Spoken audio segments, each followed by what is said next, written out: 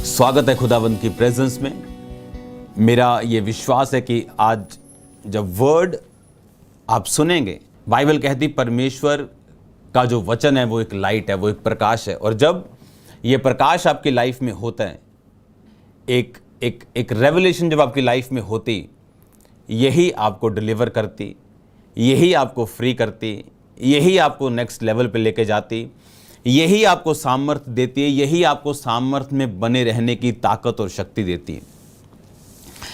याद रखो, इन दिनों में जब मुझे मौका मिलता है लोगों से मिलने का, और जब मैं लोगों से मिल रहा हूं, तो ये आज जो मैं वचन आपको देने जा रहा हूं, ये वचन आपके लिए बहुत इंपॉर्टेंट है, क्योंकि हर फोर्थ केस, हर चौथा केस यही है जो आज मैं आपसे बात करने वाला हूं। क्योंकि ये एक आपके लिए मोस्ट इंपॉर्टेंट एक विषय आज बाइबल ऐसा कहती, क्योंकि बहुत से लोग जब बाइबल को आत्मिक दृष्टि से नहीं पढ़ते, और इसी कारण शैतान उनके मन में अविश्वास को, डाउट को पैदा करते हैं। इसीलिए वो प्रभु यीशु मसीह के पास आके बोलता है, अगर तू परमेश्वर का बेटा, इन पत्थरों को बोलिए रोटियां बन जाए। यीशु मसीह ने कहा, लिखा है।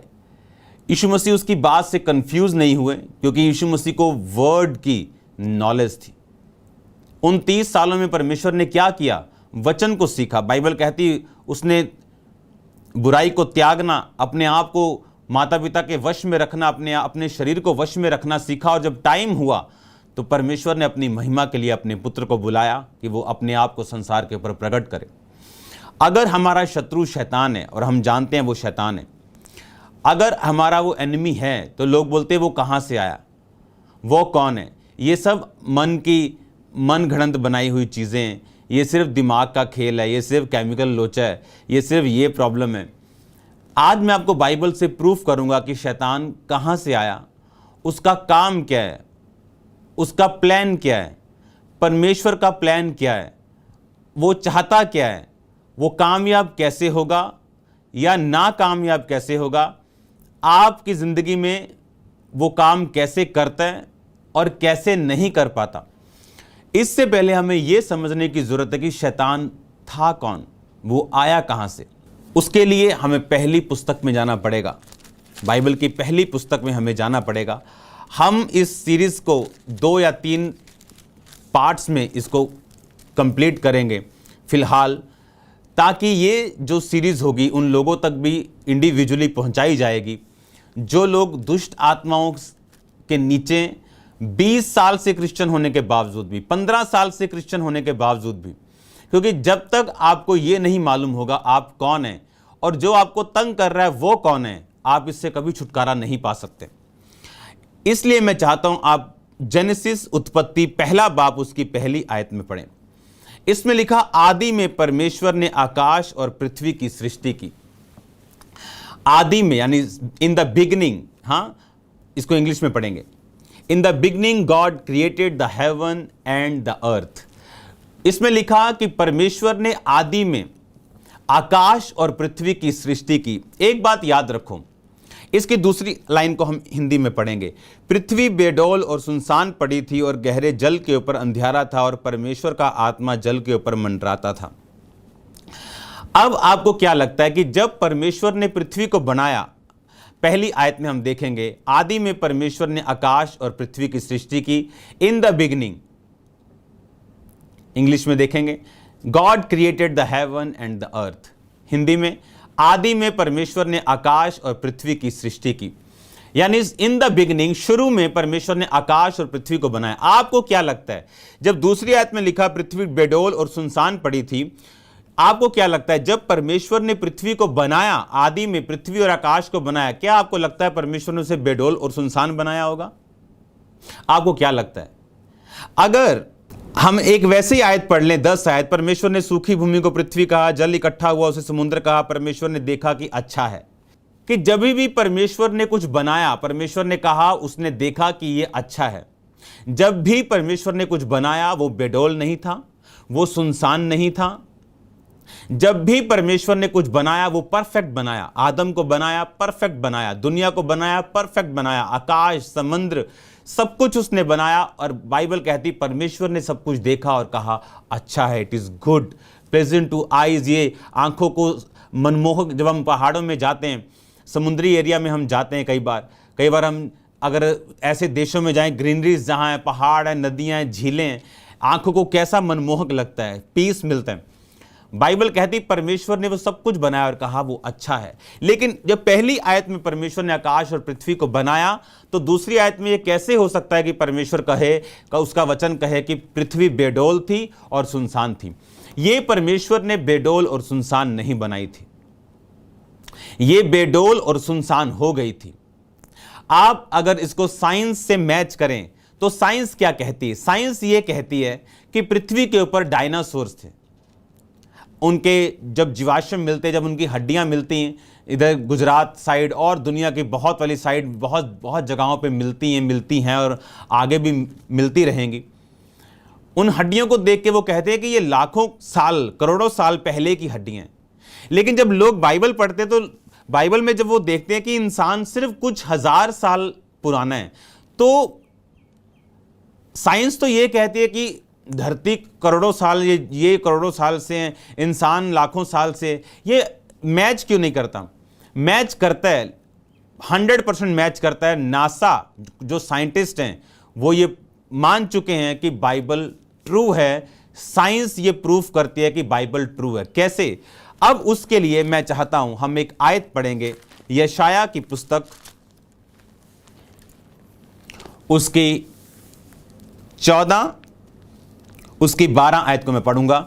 हे भोर के चमकने वाले तारे, तू कैसे आकाश से गिर पड़ा है, तू जाति जाति को हरा देता था, अब तू कैसे काट कर भूमि पर गिराया गया है।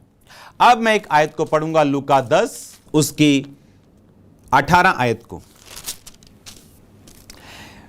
यीशु मसीह ने उनसे कहा, मैं शैतान को बिजली के समान स्वर्ग से गिरा हुआ देख रहा था।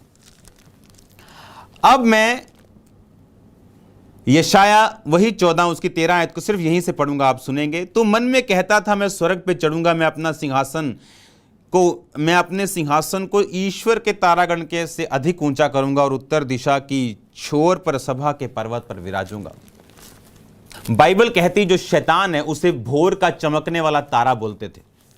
अगर आप यीशु मसीह को देख, आप सभी को जय मसीह की दोस्तों, मेरा नाम है रोहित कुमार। आप देख रहे हैं सच्ची और भक्ति चैनल में आप सभी का स्वागत करता हूं। दोस्तों, आप सभी लोगों के बीच में एक और नए वीडियो में आपका स्वागत करता हूं। दोस्तों, आपने वीडियो के पहले अंकुर नरूला जी की प्रार्थनाएं सुनी होगी और दोस्तों वो हमेशा हमारे मसीही भाई बहनों और सभी लोगों को वो मार्गदर्शन दिखाने की कोशिश करते हैं ताकि हम लोग अपने जीवन में जिस अवस्था में पड़े हैं, चाहे हमारे जीवन में बीमारियां हो, चाहे हमारे जीवन में प्रॉब्लम हो, चाहे हमारे जीवन में तमाम प्रकार की दिक्कतें हैं, तो मेरे प्रिय प्रभु का वचन कहता है आप लोग अपने जीवन में क्या करो, आप लोग अपने जीवन में प्रभु के वचन पर विश्वास करके और प्रभु के बताए हुए मार्ग पे चल करके अपने जीवन से सारे दुख और तकलीफ़ों को दूर कर सकते हो और अपने सारे बंधनों को छुटकारा पा सकते हो। क्योंकि बहुत से ऐसे मसीही लोग हैं जो आज अपने जीवन में हर एक दुख और तकलीफ़ से ग्रसित रहते हैं, परेशान रहते हैं, हताश रहते हैं और उनके जीवन में बहुत सारी समस्याएं भी पड़ी रहती है, जिससे कि वो हमेशा परेशानियों का सामना करते रहते हैं और हमेशा निराश का सामना करते हैं। तो जितने मेरे मसीह भाई बहन हैं दोस्तों, तो चलिए आज मैं आप सभी लोगों के लिए प्रार्थना करना चाहता हूं और कुछ ऐसी वचन बताना चाहता हूं जिन वचनों को आप पढ़ने के बाद आपके जीवन से सारे दुख और तकलीफ़ दूर हो सकते हैं। तो चलिए दोस्तों, सबसे पहले पढ़ता हूं। यहाँ पर लिखा हुआ है यशायाह की पुस्तक अध्याय 41 से 10 में लिखा हुआ है। यहाँ पे पढ़ते हैं, मैं तुम्हारे साथ हूँ, मैं तुझे कभी अकेला नहीं छोड़ूंगा। यहाँ पे परमेश्वर का वचन कहता है कि मैं तुम्हारे साथ हूँ, मैं तुम्हें कभी भी अकेला नहीं छोड़ूंगा, मैं तुम्हें कभी भी अकेला नहीं छोड़ूंगा और ना ही तुम अपने जीवन में कभी घबराना और ना ही तुम अपने जीवन में कभी चिंता में रहना, क्योंकि मेरे प्रियो प्रभु का वचन कहता है आप लोगों को अपने जीवन में विश्वास के साथ और प्रभु के वचन के साथ अपने जीवन को व्यतीत करो। क्योंकि मेरे प्रियो प्रभु का वचन कहता है आपको परमेश्वर के बताए हुए मार्ग में चलना बहुत ज़रूरी है। और यहाँ पे परमेश्वर का वचन कहता है, 2 में पढ़ते हैं, परमेश्वर हमारी शांति और आराम का स्रोत है। परमेश्वर हमारे जीवन का क्या है? परमेश्वर हमारे जीवन का शांति और आराम का स्रोत है। वो हमारे जीवन में शांति देता है, आराम देता है और हमें बहुत सारी समस्याओं से आज़ाद भी करवाता है। तो इसीलिए मेरे प्रियो हमें अपने जीवन में प्रभु के वचन के तहत और परमेश्वर के बताए हुए मार्ग पे चलना बहुत ज़रूरी है। यहाँ पे पढ़ते हैं, जब हम अपने मुसीबतों में होते हैं तो परमेश्वर हमें शांति और विश्वास देता है और वह हमारी चिंताओं को दूर करता है और हमें शांति प्रदान करता है।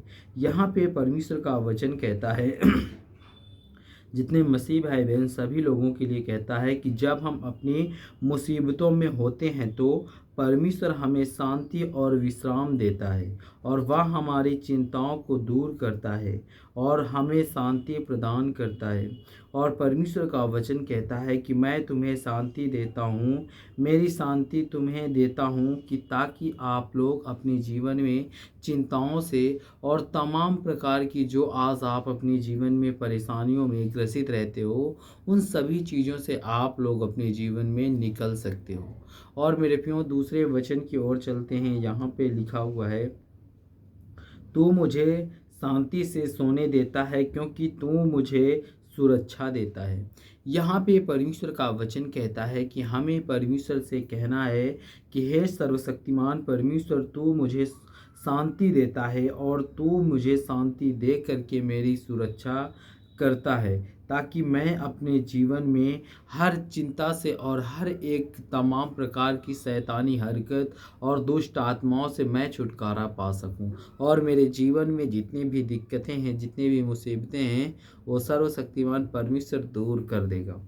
और दोस्तों यहाँ पे पढ़ते हैं 3 में लिखा हुआ है, परेशानियाँ हमारे दुख और परेशानियों में हमें शक्ति देता है।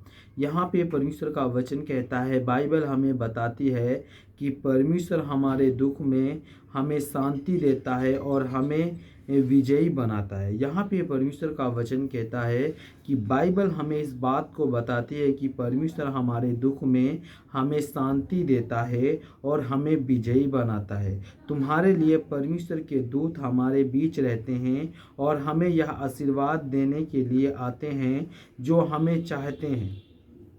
परमेश्वर का वचन कहता है, इब्रानियों की पुस्तक अध्याय 1 से 14 में लिखा हुआ है, तू मुझे बल देगा और मेरी मदद करेगा।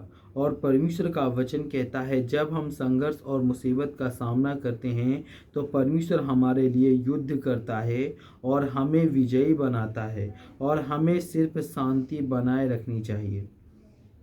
मेरे प्रियो यहाँ पे प्रभु का वचन कहता है, जब हम प्रभु के वचन पर विश्वास करते हैं, परमेश्वर के वचन के तहत हम संघर्ष करते हैं, तब परमेश्वर हमारे लिए युद्ध करता है। तब परमेश्वर हमको हर एक चीज़ से आज़ाद करके सिर्फ हमें शांति देता है और शांति से हमारे जीवन के सारे बंधनों से छुटकारा दिला देता है। और दोस्तों यहाँ पे पढ़ते हैं, लिखा हुआ है,